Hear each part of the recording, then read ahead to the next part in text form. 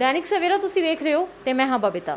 गल करदे हां 2 दिन पहला जिहड़ा कांड होया बहुत जबरदस्त मनभागी घटना असी कह सकते हैं वापरी है 19 साल दी मनीषा दे नाल। गल सिर्फ यही नहीं है कि ये जिहड़ा दुखदाई घटना है जिहड़ी ये मनीषा दे नाल ही हुई है।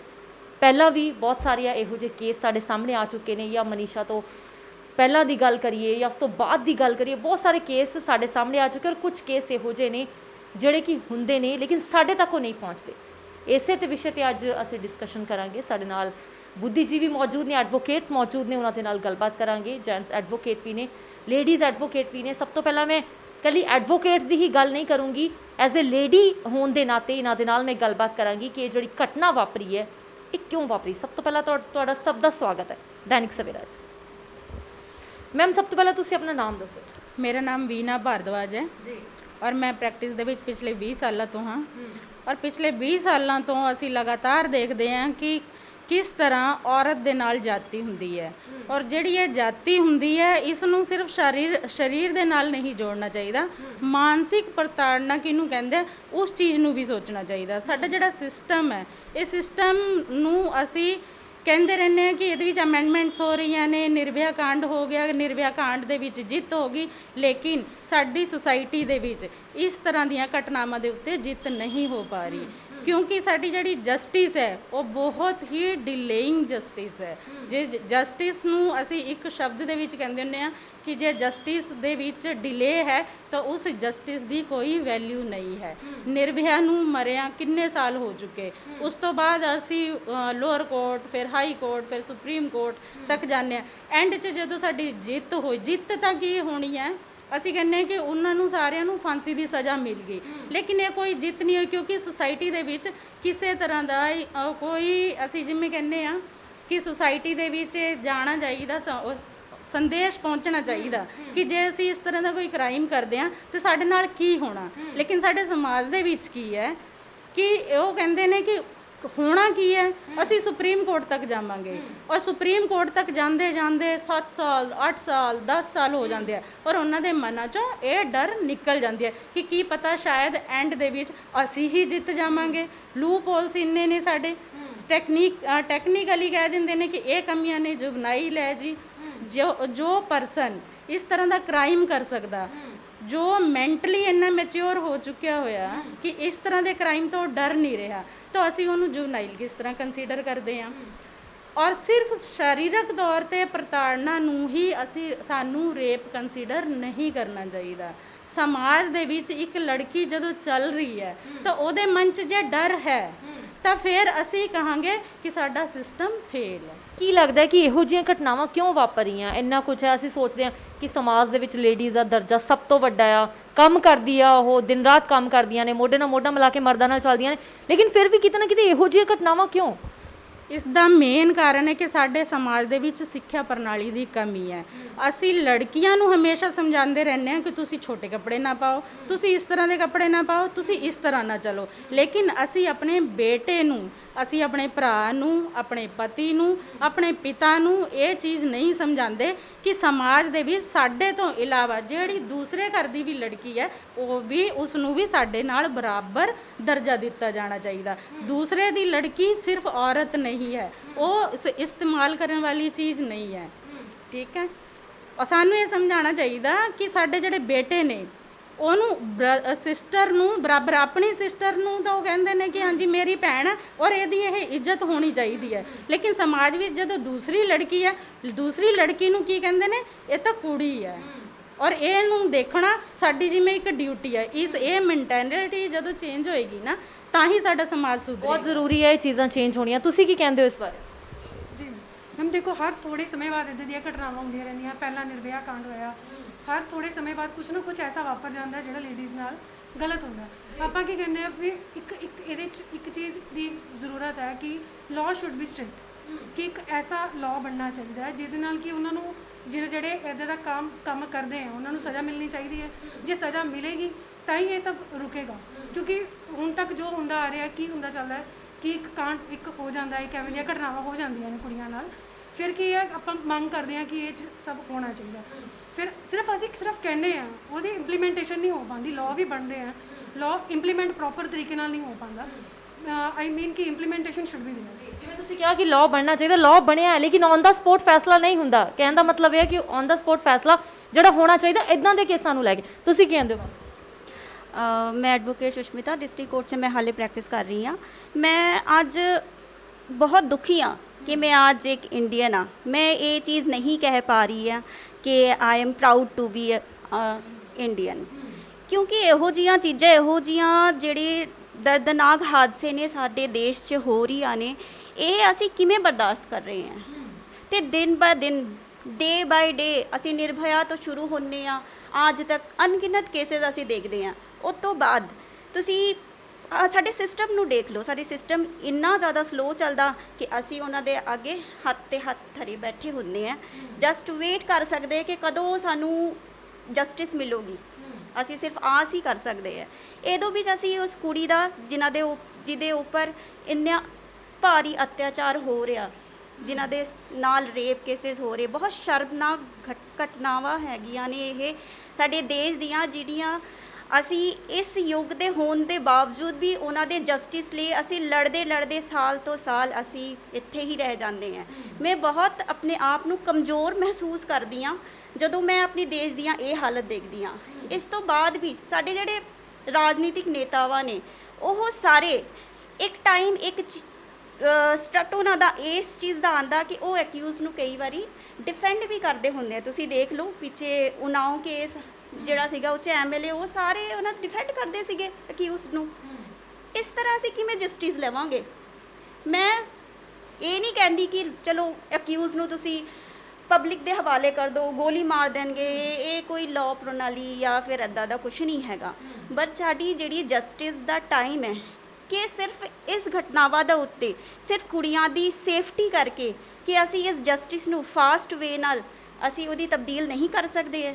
ਮੈਂ ਸਿਰਫ ਇਸ ਚੀਜ਼ ਦਾ ਕੁਐਸਚਨ ਮਾਰਕ ਮੇਰੇ ਦਿਮਾਗ 'ਤੇ ਬਾਰ-ਬਾਰ ਆਉਂਦਾ ਹੈ। ਜੀ ਬਿਲਕੁਲ, ਮੈਂ ਤੁਹਾਨੂੰ ਇੱਥੇ ਰੋਕੂੰਗੀ। ਐਜ਼ ਐਡਵੋਕੇਟ ਹੋਣ ਦੇ ਨਾਤੇ ਤੁਸੀਂ ਕਿਹਾ ਕਿ ਟਾਈਮ ਇਹ ਚੀਜ਼ ਨੂੰ ਲੈ ਲੈਂਦੇ ਨੇ ਇਹ ਲੋਕ ਕਿ ਨਿਆਂ ਮਿਲੇ ਉਹਨਾਂ ਨੂੰ, ਲੇਕਿਨ ਕਿੰਨੇ ਸਾਲ ਬੀਤ ਜਾਂਦੇ, 6-7 ਸਾਲ ਵੀ ਲੱਗ ਜਾਂਦੇ ਨੇ। ਉਹ ਮੁੱਦਾ ਜਿਹੜਾ ਠੰਡਾ ਪੈ ਜਾਂਦਾ ਲੋਕਾਂ 'ਚ, ਜਿਹੜੀ ਅਗਰੈਸਿਵਨੈਸ ਉਸ ਟਾਈਮ ਹੁੰਦੀ ਆ, ਜਾਂ ਮਾਂ-ਬਾਪ ਕਿੰਨੇ ਦੁਖੀ ਹੁੰਦੇ ਆ, ਜਾਂ ਉਹ ਜਿਹਦੇ ਨਾਲ ਹੋਇਆ ਉਹ ਕਿੰਨੇ ਦੁਖੀ ਹੁੰਦੀ ਹੈ, ਜਾਂ ਉਹ ਨਹੀਂ ਹੁੰਦੀ ਦੁਨੀਆ 'ਚ, ਉਹ ਚੀਜ਼ ਕਿਤੇ ਨਾ ਕਿਤੇ ਠੰਡੀ ਪੈ ਜਾਂਦੀ। ਕਿਉਂ ਨਹੀਂ ਉਸ ਟਾਈਮ ਫੈਸਲਾ ਕੀਤਾ ਜਾਂਦਾ? ਕਿੱਥੇ ਕਮੀ ਰਹਿ ਜਾਂਦੀ ਹੈ? ਤੁਸੀਂ ਐਜ਼ ਐਡਵੋਕੇਟ ਸਾਨੂੰ ਇਸ ਚੀਜ਼ ਨੂੰ ਸਮਝਾ ਸਕਦੇ ਹੋ ਕਿ ਕਿਉਂ ਔਨ ਦਾ ਸਪੋਰਟ ਇਹ ਫੈਸਲਾ ਨਹੀਂ ਹੁੰਦਾ? ਅਗਰ ਔਨ ਦਾ ਸਪੋਰਟ ਨਹੀਂ ਵੀ ਕਰਨਾ, ਲੇਕਿਨ ਇੰਨਾ ਟਾਈਮ ਕਿਉਂ ਲੱਗ ਜਾਂਦਾ ਕਿ ਉਹਨਾਂ ਨੂੰ ਪਤਾ ਨਹੀਂ ਹੈ ਕਿ ਰੇਪ ਇਸ ਬੰਦੇ ਨੇ ਕੀਤਾ, ਇਸ ਬੰਦੇ ਨੇ ਉਹਨੂੰ ਇੰਨਾ ਜ਼ਿਆਦਾ ਟੌਰਚਰ ਕੀਤਾ ਆ, ਫਿਰ ਜਦ ਸਭ ਕੁਝ ਪਤਾ ਆ ਫਿਰ ਵੀ ਇੰਨਾ ਟਾਈਮ ਕਿਉਂ? ਦੇਖੋ, ਸਾਡੇ ਦੇਸ਼ ਦੇ ਵਿੱਚ ਜਿਹੜੀ ਕਾਨੂੰਨ ਪ੍ਰਣਾਲੀ ਹੈ, ਇੱਕ ਜੱਜ ਨੂੰ ਪਹਿਲੇ ਦਿਨ ਤੋਂ ਪਤਾ ਹੁੰਦਾ, ਅੱਜ ਸਾਨੂੰ ਪਤਾ ਹੈ ਅਕਿਊਜ਼ਡ ਕੌਣ ਹੈ, ਬਟ ਉਹਨਾਂ ਨੂੰ ਸਜ਼ਾ ਦਿਲਾਉਣ ਲਈ ਸਾਨੂੰ ਹਲੇ 10 ਸਾਲ ਹੋਰ ਵੇਟ ਕਰਨੀ ਪੈਣੀ ਹੈ, ਕਿਉਂਕਿ ਜਿਹੜੀ ਸਾਡੀ ਕਾਨੂੰਨ ਦਾ ਜਿਹੜਾ ਪ੍ਰੋਸੀਜਰ ਹੈ ਉਹ ਸਲੋ ਹੈ। ਇਹਦਾ ਕਾਰਨ ਇਹ ਹੈ, ਉਹਨਾਂ ਦੀ ਜਸਟਿਸ ਲਈ ਅਸੀਂ ਵੇਟ ਤਾਂ ਕਰਦੇ ਰਹਿ ਜਾਂਦੇ ਆ ਕਿ ਜਿਹੜੀ ਪ੍ਰੋਸੀਜਰ ਹੈ ਉਹ ਇੰਨਾ ਸਲੋ ਚੱਲਦਾ ਹੈ ਸਾਡੇ ਕਾਨੂੰਨ ਦੇ ਵਿੱਚ ਕਿ ਸਾਨੂੰ ਇੰਨਾ ਟਾਈਮ ਲੱਗ ਜਾਂਦਾ ਹੈ। ਠੀਕ ਹੈ, ਇਸ ਚੀਜ਼ ਨੂੰ ਦੇਖੋ, ਬਦਲਾਵ ਅਗਰ ਮੈਂ ਜੇ ਉਹਨਾਂ ਦੇ ਦਰਦ ਬਾਰੇ, ਜਿਵੇਂ ਤੁਸੀਂ ਕਹਿ ਰਹੇ ਸੀ ਉਹਨਾਂ ਦੇ ਪੈਰੈਂਟਸ ਦੇ ਦਰਦ ਬਾਰੇ, ਹੁਣ ਅਸੀਂ ਦੇਖ ਰਹੇ ਹਾਂ, ਹੁਣ ਅਸੀਂ ਨਿਊਜ਼ 'ਚ ਦੇਖ ਰਹੇ ਹਾਂ, ਅਸੀਂ ਉਹਨਾਂ ਦੇ ਦਰਦ ਨੂੰ ਬਹੁਤ ਜ਼ਿਆਦਾ ਬਿਆਨ ਕਰ ਰਹੇ ਹਾਂ, ਬਟ ਜਿਨ੍ਹਾਂ 'ਤੇ ਉਹ ਚੀਜ਼ ਬੀਤਦੀ ਹੈ ਉਹ ਉਹਨਾਂ 'ਤੇ ਹੀ ਬੀਤਦੀ ਹੈ। ਅਸੀਂ ਥੋੜ੍ਹੇ ਦਿਨ ਬਾਅਦ, ਅਸੀਂ ਹਫ਼ਤਾ ਬਾਅਦ, ਸਾਲ ਬਾਅਦ ਅਸੀਂ ਉਸ ਚੀਜ਼ ਨੂੰ ਭੁੱਲ ਜਾਵਾਂਗੇ, ਬਟ ਉਹਨਾਂ ਦੀ ਜਿਹੜੀ ਤਕਲੀਫ ਹੈ ਉਹ ਕੰਟੀਨਿਊ ਰਹਿੰਦੀ ਹੈ। ਠੀਕ ਹੈ, ਉਹ ਕੰਟੀਨਿਊ ਤਾਂ ਰਹਿੰਦੀ ਹੈ। ਇਹਦਾ ਸਾਰਾ ਦੋਸ਼ ਮੈਂ ਆਪਣੇ ਲਾਅ ਦੇ ਪ੍ਰੋਸੀਜਰ ਨੂੰ ਹੀ ਮਾਨੂੰਗੀ, ਕਿਉਂਕਿ ਉਹ ਪ੍ਰੋਸੀਜਰ ਇੰਨਾ ਸਲੋ ਹੈ, ਉਹ ਕਾਨੂੰਨਨ ਹੈ। ਅਸੀਂ ਉਹਨੂੰ ਕਿਵੇਂ ਬਦਲੀਏ? ਅਸੀਂ ਉਹਨੂੰ ਇੱਦਾਂ ਬਦਲ ਸਕਦੇ ਹਾਂ ਕਿ ਜਿਹੜੀ ਜਾਂ ਫਿਰ ਰੇਪ ਕੇਸਿਸ ਹੈ ਉਹਨਾਂ ਦੇ ਲਈ ਸਾਰੇ ਖੁੱਲ੍ਹ ਕੇ ਗੱਲ ਕਰਨ। ਇਹਨਾਂ ਦੀ ਜਿਹੜੀ ਪ੍ਰੈਕਟਿਸ ਪ੍ਰੋਸੀਜਰ ਹੈ, ਇਹਨਾਂ ਦੀ ਹਾਈ ਸਪੀਡ ਨਾਲ ਇਹਦੀ ਪ੍ਰੋਸੀਜਿੰਗ ਦੀ ਡੇ ਬਾਈ ਡੇ ਕਰਕੇ ਇਹਨਾਂ ਨੂੰ ਸੋਲਵ ਕਰਨਾ ਚਾਹੀਦਾ, ਨਾ ਕਿ ਉਹੀ ਸੇਮ ਪ੍ਰੋਸੀਜਰ ਕਿ ਹਾਂ 1 ਮਹੀਨੇ ਬਾਅਦ ਤਾਰੀਖ ਪੈ ਰਹੀ ਹੈ, 1 ਮਹੀਨੇ ਬਾਅਦ। ਇਸ ਚੀਜ਼ ਨੂੰ ਅਸੀਂ ਘਟਾ ਕੇ ਜੇ ਅਸੀਂ ਡੇ ਬਾਈ ਡੇ 'ਚ ਜੇ ਇਹ 'ਚ ਥੋੜ੍ਹੀ ਜਿਹੀ ਕਾਨੂੰਨ ਦੀ ਬਦਲਾਵ ਕਰਕੇ ਜੇ ਅਸੀਂ ਕਰ ਸਕਦੇ ਹਾਂ, ਅਤੇ ਜਿਹੜੀ ਸਾਡੀ ਜਸਟਿਸ ਦਾ ਵੇਟ ਹੈ, ਜਿਹੜਾ ਜਸਟਿਸ ਦੀ ਪ੍ਰਣਾਲੀ ਹੈ, ਉਹਦੇ ਵਿੱਚ ਟਾਈਮ ਦੀ ਸ਼ਾਰਟੇਜ ਆਊਗੀ ਅਤੇ ਜਲਦ ਤੋਂ ਜਲਦ ਉਹਨੂੰ ਜਸਟਿਸ ਮਿਲ ਸਕਦੀ। ਸਰ ਤੁਸੀਂ ਕੀ ਕਹਿੰਦੇ ਹੋ? ਪਹਿਲਾਂ ਤਾਂ ਨਮਸਕਾਰ ਜੀ, ਮੈਂ ਮਨਨ ਬੇਰੀ, ਜੁਆਇੰਟ ਸੈਕਟਰੀ DBA ਲੁਧਿਆਣਾ। ਦੇਖੋ ਜੀ, ਕਾਨੂੰਨ ਇਸ ਕਰਕੇ ਬਣਿਆ ਜਾਂਦਾ ਹੈ ਕਿ ਸੁਸਾਇਟੀ 'ਚ ਜਿਹੜੀ ਆਪਣੀ ਖਾਮੀਆਂ ਹੈ ਉਹਨਾਂ ਨੂੰ ਪੂਰਾ ਕੀਤਾ ਜਾਵੇ, ਬਟ ਬਹੁਤ ਦੁੱਖ ਵਾਲੀ ਗੱਲ ਹੈ ਕਿ ਇਹ ਕਾਨੂੰਨ ਆਪਣਾ ਜਿਹੜਾ ਪ੍ਰੈਜ਼ੈਂਟ ਹੈ ਇਹ ਨਹੀਂ ਕਰ ਪਾ ਰਿਹਾ। ਰੋਜ਼ ਆਪਾਂ ਦੇਖਦੇ ਹਾਂ ਕਿ ਬਈ ਓਫੈਂਸ ਵੱਧਦੇ ਹੀ ਜਾ ਰਹੇ ਹੈ, ਰੇਪ ਇੱਕ ਬਹੁਤ ਹੀ ਹੀਨੀਅਸ ਅਫੈਂਸ ਹੈ। ਬਾਕੀ ਅਫੈਂਸ ਵੀ ਵੱਧ ਰਹੇ ਆ ਦਿਨੋਂ ਦਿਨ, ਕਿਤੇ ਕੋਈ ਕਟੌਤੀ ਨਹੀਂ ਹੋ ਰਹੀ। 1860 ਦੇ ਵਿੱਚ ਆਈਪੀਸੀ ਬਣੀ ਸੀ, ਠੀਕ ਹੈ ਜੀ। ਉਸ ਤੋਂ ਬਾਅਦ ਇੱਕ ਅਮੈਂਡਮੈਂਟ ਆਂਦੇ ਆਂਦੇ ਆਪਾਂ ਨੂੰ 2012-13 ਤੱਕ ਦਾ ਇੰਤਜ਼ਾਰ ਕਰਨਾ ਪੈ ਗਿਆ, ਠੀਕ ਹੈ ਜੀ। ਰੀਜ਼ਨ ਬੀਇੰਗ ਸਾਡੀ ਸਰਕਾਰ ਦੀ ਨਲਾਇਕੀ, ਸਾਡੀ ਪ੍ਰਸ਼ਾਸਨ ਦੀ ਨਲਾਇਕੀ। ਮੈਂ ਮੌਕੇ ਦੀ ਸਰਕਾਰ ਦੀ ਕੋਈ ਗੱਲ ਨਹੀਂ ਕਰਦਾ, ਜਿੰਨੀਆਂ ਵੀ ਸਰਕਾਰਾਂ ਉਹਨਾਂ ਦੀਆਂ ਨਲਾਇਕੀਆਂ। ਕਿਉਂ ਨਹੀਂ ਟਾਈਮ ਟੂ ਟਾਈਮ ਇਹਨਾਂ ਨੇ ਐਕਸ਼ਨ ਲਿੱਤੇ? ਕਿਉਂ ਅੱਜ ਦੇ ਟਾਈਮ ਵੀ 70-72 ਸਾਲ ਹੋ ਗਏ ਆਜ਼ਾਦੀ ਨੂੰ, ਕਿਉਂ ਅੱਜ ਦੇ ਟਾਈਮ ਵੀ ਸਾਨੂੰ ਇਹ ਕਹਿਣ ਤੇ ਮਜਬੂਰ ਹੈ ਕਿ ਸਾਡੀਆਂ ਕੁੜੀਆਂ ਜਿਹੜੀਆਂ ਹੈ ਉਹ ਸੇਫ ਨਹੀਂ ਹੈ? ਕੁਛ ਨਾ ਕੁਛ ਤਾਂ ਗਲਤੀ ਹੈ। 2012 'ਚ ਇੱਕ ਅਫੈਂਸ ਹੋਇਆ ਨਿਰਭਿਆ ਨਾਲ, ਪੂਰਾ ਦੇਸ਼ ਜਾਣਦਾ ਜੀ। 2 ਦਿਨਾਂ 'ਚ ਸਾਰਾ ਦੇਸ਼ ਸੜਕਾਂ ਤੇ ਆ ਗਿਆ, ਪਰ ਦੇਸ਼ 'ਚ ਐਗਰੈਸ਼ਨ ਸੀਗਾ। 2020 'ਚ ਜਾ ਕੇ ਉਹਦਾ ਫੈਸਲਾ ਆਇਆ, ਤਦ ਤੱਕ ਮੀਨਵਾਈਲ ਹੋਰ ਅਫੈਂਸ ਹੋ ਗਏ। ਕਾਨੂੰਨ ਇੱਦਾਂ ਦਾ ਹੋਣਾ ਚਾਹੀਦਾ ਕਿ ਸਾਹਮਣੇ ਵਾਲੇ ਬੰਦੇ ਦੀ ਰੂਹ ਕੰਬ ਜੇ ਕਿ ਮੈਂ ਅਫੈਂਸ ਕਰਨ ਲੱਗਾ ਤੇ ਜੇ ਮੈਂ ਕਰਤਾ ਤਾਂ ਮੇਰਾ ਆਹ ਹਾਲ ਹੋਣਾ। ਤੇ ਜੇ ਆਪਾਂ ਕਿਸਾਨ ਦੇ ਲਈ ਆਪਾਂ ਐਕਟ ਬਣਾ ਸਕਦੇ ਹਾਂ, ਆਪਾਂ ਐਨਆਰਸੀ ਜਾਂ ਕੈਬ ਜੋ ਵੀ ਆ ਰਿਹਾ ਉਹ ਬਣਾ ਸਕਦੇ ਹਾਂ, ਤੇ ਆਪਾਂ ਕੁੜੀਆਂ ਨੂੰ ਸੇਫ ਕਿਉਂ ਨਹੀਂ ਕਰ ਸਕਦੇ?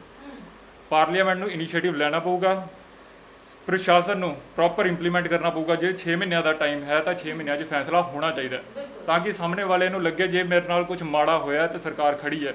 ਅੱਜ ਦੇ ਟਾਈਮ 'ਤੇ ਲੋਕਾਂ ਦਾ ਕਾਨੂੰਨ ਤੇ ਵਿਸ਼ਵਾਸ ਨਹੀਂ ਹੈ। ਮਤਲਬ ਡਰ ਕਹਿਣ ਦਾ ਮਤਲਬ ਕਿਤੇ ਨਾ ਕਿਤੇ ਨਿਕਲ ਚੁੱਕਾ ਹੈ ਲੋਕਾਂ ਜੇ ਡਰ ਹੁੰਦਾ ਤੇ ਆ ਰੀਸੈਂਟਲੀ ਐਨਕਾਊਂਟਰ ਹੋਇਆ ਇੱਕ, ਪਰ ਤਾਂ ਵੀ ਲੋਕਾਂ ਦੇ ਦਿਮਾਗ 'ਚ ਡਰ ਨਹੀਂ ਹੈ। ਅੱਜ ਫਿਰ ਆਪਾਂ ਰੇਪ ਦੇ ਮੁੱਦੇ ਤੇ ਡਿਸਕਸ਼ਨ, ਇਦਾਂ ਦੀਆਂ 100 ਡਿਸਕਸ਼ਨ ਤੁਸੀਂ ਵੀ ਕਰ ਚੁੱਕੇ ਹੋ, ਅਸੀਂ ਵੀ ਬੋਲ ਚੁੱਕੇ ਹਾਂ। ਸਰਕਾਰ ਕਿਉਂ ਨਹੀਂ ਜਾਗਦੀਆਂ? ਜਿਹੜੀ ਵੀ ਮੌਕੇ ਦੀ ਸਰਕਾਰ ਹੈ, ਜਿਹੜੀ ਵੀ ਪਹਿਲਾਂ ਰਹੀ ਹੈ ਸਰਕਾਰ, ਕਿਉਂ ਨਹੀਂ ਜਾਗਦੀ? ਪ੍ਰਸ਼ਾਸਨ ਟੈਨਸ਼ਨ ਕਿਉਂ ਨਹੀਂ ਲੈਂਦਾ ਕਿ ਬਈ ਜੇ ਇਦਾਂ ਦੀਆਂ ਚੀਜ਼ਾਂ ਹੋ ਰਹੀਆਂ ਤਾਂ ਆਪਾਂ ਐਗਜ਼ੀਕਿਊਟ ਪ੍ਰੋਪਰ ਕਰੀਏ? ਜੇ ਪਾਰਲੀਮੈਂਟ ਨੇ ਕਿਹਾ 6 ਮਹੀਨਿਆਂ 'ਚ ਡਿਸਾਈਡ ਹੋਣਾ ਤਾਂ ਫਿਰ ਐਗਜ਼ੀਕਿਊਟ ਕਰੋ ਯਾਰ। ਕਿਉਂ ਨਹੀਂ ਤੁਸੀਂ ਐਗਜ਼ੀਕਿਊਟ ਕਰਦੇ? ਕਿਉਂ ਕੁੜੀਆਂ ਅੱਜ ਵੀ ਕਿਤੇ ਇਕੱਲੇ ਜਾਣ ਤੋਂ ਡਰਦੀਆਂ? ਬਾਕੀ ਦੇਸ਼ ਨਹੀਂ ਹੈ ਜਿੱਥੇ ਕੁੜੀਆਂ ਜਾ ਰਹੀਆਂ, ਮੈਂ ਕਹਿੰਦਾ ਕਿ ਭਾਵੇਂ ਜਿਹੜੀ ਮਰਜ਼ੀ ਡਰੈਸ ਅਪ ਪਾਈ ਆ ਉਹਨਾਂ ਨੇ ਤਾਂ ਵੀ ਸੇਫ ਘੁੰਮ ਰਹੀਆਂ। ਹਿੰਦੁਸਤਾਨ 'ਚ ਕਿਉਂ ਨਹੀਂ? ਮੈਂ ਕਹਿੰਦਾ ਲੋਕਾਂ ਦੀ ਸੋਚ ਖਰਾਬ ਹੈ। ਆਪਾਂ ਮੰਨ ਲੈਂਦੇ ਹਾਂ ਲੋਕਾਂ ਦੀ ਸੋਚ ਖਰਾਬ ਹੈ, ਪਰ ਸਹੀ ਤਾਂ ਆਪਾਂ ਨੂੰ ਹੀ ਕਰਨੀ ਹੈ ਕਿ ਉਹਨਾਂ ਨੂੰ ਖਰਾਬ ਸੋਚ ਤੇ ਹੀ ਛੱਡਦੀ ਹੈ ਕਿ ਕਰੀ ਚਲੋ ਜੀ ਸਾਡੀ ਕੁੜੀਆਂ ਨਾਲ ਜੋ ਵੀ ਤੁਸੀਂ ਕਰਨਾ। ਸਾਡਾ ਪ੍ਰਸ਼ਾਸਨ ਸੁੱਤਾ ਹੈ, ਸਾਡੀ ਸਰਕਾਰ ਸੁੱਤੀ ਹੈ, ਐਕਟ ਸਾਡੇ ਕੰਮ ਨਹੀਂ ਕਰਨੇ, ਤੇ ਜਸਟਿਸ ਜਿਹੜਾ ਉਹ ਤੁਹਾਨੂੰ ਮਿਲ ਨਹੀਂ ਪਾ ਰਿਹਾ। ਜੇ ਮਿਲੂਗਾ 8-9 ਸਾਲ ਬਾਅਦ ਮਿਲੂਗਾ, ਇਹਨਾਂ ਨੂੰ 20 ਕੇਸ ਹੋਰ ਆ ਜਾਣਗੇ, ਦੇਖ ਲਾਂਗੇ ਕੀ ਕਰਨਾ। ਇੱਦਾਂ ਕੁਝ ਨਹੀਂ ਹੋਣਾ। ਪਾਰਲੀਮੈਂਟ ਨੂੰ ਇਨੀਸ਼ੀਏਟਿਵ ਲੈਣਾ ਪੈਣਾ, ਪ੍ਰਸ਼ਾਸਨ ਨੂੰ ਬਰਾਬਰ ਖੜਨਾ ਪੈਣਾ, ਫਿਰ ਜਾ ਕੇ ਕਿਤੇ ਲੋਕਾਂ ਦਾ ਵਿਸ਼ਵਾਸ ਬਣੂਗਾ, ਲੋਕਾਂ 'ਚ ਡਰ ਬਣੂਗਾ ਤੇ ਲੋਕ ਜਿਹੜੇ ਹੈ ਸਰਕਾਰ ਤੇ ਜਸਟਿਸ ਦੇ ਉੱਤੇ ਬਿਲੀਵ ਕਰੂਗੇ। ਅਦਰਵਾਈਜ਼ ਸਰਕਾਰਾਂ ਆਣਗੀਆਂ ਜਾਣਗੀਆਂ, ਲੋਕੀ ਪਿੱਟਣਗੇ, ਤੁਸੀਂ ਬੈਠੋਗੇ, ਮੈਂ ਬੈਠੂੰਗਾ, ਡਿਸਕਸ਼ਨ ਕਰਾਂਗੇ, ਚੱਲੀ ਜਾਣਾ। ਬਿਲਕੁਲ ਸਹੀ ਹੈ। ਬਿਲਕੁਲ, ਤੁਸੀਂ ਕੀ ਕਹਿੰਦੇ ਹੋ ਸਰ? ਮੈਂ ਐਡਵੋਕੇਟ ਰਜੇਸ਼ ਸ਼ਰਮਾ। ਮੈਂ ਤੁਹਾਨੂੰ ਦੱਸਦਾ, ਜਦੋਂ ਮੈਂ ਇਹ ਖਬਰ ਸੁਣੀ ਜਾਂ ਸੋਸ਼ਲ ਮੀਡੀਆ ਉੱਤੇ ਪੜ੍ਹੀ, ਮੇਰੀ ਖੁਦ ਦੀ ਰੂਹ ਕੰਬ ਗਈ ਹੈ। ਜੇ ਮੇਰਾ ਇਹ ਹਾਲ ਹੈ ਤੇ ਜਿਸ ਦੇ ਨਾਲ ਇਹ ਬੀਤਾ ਹੋਊਗਾ ਉਹ ਕੁੜੀ ਦਾ ਕੀ ਹਾਲ ਹੋਇਆ ਹੋਊਗਾ। ਮੈਂ ਜਦੋਂ ਖਬਰ ਪੜ੍ਹੀ ਕਿ ਉਹ ਕੁੜੀ ਨਾਲ ਗੈਂਗ ਰੇਪ ਹੋਇਆ, 4 ਮੁੰਡਿਆਂ ਨੇ ਕੀਤਾ, ਤੇ ਉਹ ਜਦੋਂ ਉਹਨੇ ਗੈਂਗ ਰੇਪ ਕੀਤਾ ਉਸ ਤੋਂ ਬਾਅਦ ਉਹਦੀ ਜੀਭ ਵੀ ਕੱਢ ਦਿੱਤੀ ਗਈ ਤੇ ਪੋਸਟਮਾਰਟਮ 'ਚ ਮਿਲਿਆ ਉਹਦੀ ਰੀੜ੍ਹ ਦੀ ਹੱਡੀ ਵੀ ਟੁੱਟੀ ਹੋਈ ਸੀਗੀ, ਉਹਦੇ ਪੈਰ ਵੀ ਤੋੜੇ ਗਏ ਸੀਗੇ। ਤੇ ਜਦੋਂ ਕੁੜੀ ਦੀ ਡਾਇੰਗ ਡੈਕਲੇਰੇਸ਼ਨ ਪੁਲਿਸ ਨੇ ਜਦੋਂ ਉਹਦੇ ਬਿਆਨ ਲਏ, ਉਹ ਕੁੜੀ ਨੇ ਦੱਸਿਆ ਕਿ ਮੇਰੇ ਨਾਲ ਇਹਨਾਂ ਨੇ ਪਹਿਲਾਂ ਵੀ ਕੋਸ਼ਿਸ਼ ਕੀਤੀ ਹੋਈ ਹੈ ਤੇ ਉਹ ਫਿਰ ਵੀ ਨਹੀਂ ਟਲੇ। ਇਹਦਾ ਮੁੱਖ ਕਾਰਨ ਇਹੀ ਹੈ ਕਿ ਉਹਨਾਂ ਨੂੰ ਲਾਅ ਐਂਡ ਆਰਡਰ ਦਾ ਕੋਈ ਡਰ ਹੀ ਨਹੀਂ ਹੈਗਾ। ਤੇ ਜਿਹੜੀ ਉਹਦੀ ਹੱਤਿਆ ਹੋਈ ਹੈ, ਮੈਂ ਮੰਨਦਾ ਵਾਂ ਇਹ ਹੱਤਿਆ ਉਹਦੀ ਇਕੱਲੇ ਦੀ ਹੱਤਿਆ ਨਹੀਂ ਹੈਗੀ, ਇਹ ਲੋਕਤੰਤਰ ਦੀ ਹੱਤਿਆ ਵਾ, ਡੈਮੋਕ੍ਰੇਸੀ ਦੀ ਹੱਤਿਆ, ਲਾਅ ਐਂਡ ਆਰਡਰ ਤੇ ਐਡਮਿਨਿਸਟ੍ਰੇਸ਼ਨ ਦੀ ਹੱਤਿਆ ਵਾ। ਮੈਂ ਸਾਫ਼ ਤੌਰ ਤੇ ਇਹ ਗੱਲ ਕਹਿਣਾ ਚਾਹੁੰਦਾ ਕਿ ਜੋ ਵੀ ਇਹ ਅਫੈਂਸ ਹੋਇਆ ਵਾ, ਤੇ ਜਿੰਨੇ ਵੀ ਦੋਸ਼ੀ ਨੇ ਇਹਨਾਂ ਨੂੰ ਫਾਂਸੀ ਦੀ ਸਜ਼ਾ ਦਿੱਤੀ ਜਾਣੀ ਚਾਹੀਦੀ ਹੈ। ਤੇ ਇਹੋ ਜਿਹਾ ਐਗਜ਼ਾਮਪਲ ਸੈੱਟ ਕਰਨਾ ਚਾਹੀਦਾ ਹੈ ਕਿ ਲਾਅ ਦੇ ਵਿੱਚ ਤੇ ਸਮਾਜ ਦੇ ਵਿੱਚ ਮੁੜ ਕੇ ਕੋਈ ਵੀ ਇਹੋ ਜਿਹਾ ਘਿਨਾਉਣਾ ਕ੍ਰਾਈਮ ਕਰਨ ਦੇ ਹਿੰਮਤ ਹੀ ਨਾ ਕਰੇ। ਬਿਲਕੁਲ ਸਹੀ। ਅੱਛਾ, ਕੈਂਡਲ ਮਾਰਚ ਦੀ ਗੱਲ ਕੀਤੀ ਜਾਵੇ, ਲੋਕ ਫਿਰ ਸੜਕਾਂ ਤੇ ਆ ਜਾਂਦੇ ਆ, ਕੈਂਡਲ ਮਾਰਚ ਕਰਦੇ ਆ। ਕੀ ਇਹ ਕੈਂਡਲ ਮਾਰਚ ਕਰਨਾ ਵਾਕਈ ਪ੍ਰਸ਼ਾਸਨ ਹਿੱਲੇਗਾ ਜਾਂ ਫਿਰ ਉਹਦੀ ਆਤਮਿਕ ਸ਼ਾਂਤੀ ਲਈ ਕੈਂਡਲ ਮਾਰਚ ਹੁੰਦੇ ਨੇ? ਮੈਨੂੰ ਲੱਗਦਾ ਹੈ ਕਿ ਪ੍ਰਸ਼ਾਸਨ ਤੇ ਤਾਂ ਕੋਈ ਅਸਰ ਨਹੀਂ ਹੁੰਦਾ ਇਹਨਾਂ ਚੀਜ਼ਾਂ ਦਾ। ਮੈਡਮ ਦੇਖੋ, ਜਿਹੜੇ ਨੁਮਾਇੰਦਿਆਂ ਨੂੰ ਅਸੀਂ ਚੁਣ ਕੇ ਉੱਪਰ ਭੇਜਦੇ ਹਾਂ, ਉਹਨਾਂ ਦੀ ਸਭ ਤੋਂ ਪਹਿਲਾਂ ਜ਼ਿੰਮੇਵਾਰੀ ਬਣਦੀ ਹੈ ਕਿ ਬਈ ਆਵਾਮ ਜੇ ਦੁਖੀ ਹੈ ਤਾਂ ਕਿਹੜੀ ਗੱਲੋਂ ਦੁਖੀ ਹੈ, ਇਹਨਾਂ ਨੂੰ ਕੀ ਚਾਹੀਦਾ। ਕੈਂਡਲ ਮਾਰਚ ਕਰਨ ਦਾ ਪਰਪਸ ਇੱਕ ਇਹ ਹੁੰਦਾ ਕਿ ਬਈ ਆਪਾਂ ਸਰਕਾਰ ਤੱਕ ਆਵਾਜ਼ ਪਹੁੰਚਾ ਰਹੇ ਹਾਂ ਕਿ ਅਸੀਂ ਪ੍ਰਦਰਸ਼ਨ ਕਰ ਰਹੇ ਹਾਂ ਤੇ ਇਹ ਸਾਨੂੰ ਚਾਹੀਦਾ। ਜੇ ਸਰਕਾਰ ਨਹੀਂ ਸੁਣਦੀ, ਜੇ ਪ੍ਰਸ਼ਾਸਨ ਨਹੀਂ ਸੁਣਦਾ, ਤੇ ਫਿਰ ਜੀ ਲੋਕਾਂ ਕੋਲ ਕੋਈ ਹਿੱਲਾ ਨਹੀਂ ਹੈ। ਲੋਕਾਂ ਨੂੰ ਡਰ ਕੇ ਹੀ ਰਹਿਣਾ ਪਊਗਾ। ਜਿਹੜੇ ਲੋਕ ਨੇ ਉਹ ਹਿੰਦੁਸਤਾਨ ਛੱਡ ਕੇ ਬਾਹਰ ਇੱਦਾਂ ਹੀ ਜਾਂਦੇ ਰਹਿਣਗੇ ਜਿਵੇਂ ਅੱਜ ਜਾ ਰਹੇ ਨੇ। ਇਕਨੋਮੀ ਗਿਰਦੀ ਰਹੂਗੀ, ਯੂਥ ਇੱਥੇ ਰਹੂਗਾ ਨਹੀਂ, ਤੇ ਹਿੰਦੁਸਤਾਨ ਦਾ ਕੀ ਕਰਨਾ? ਇਹ ਸੁਪਨਾ ਭਗਤ ਸਿੰਘ ਜੀ ਨੇ ਨਹੀਂ ਦੇਖਿਆ ਸੀ।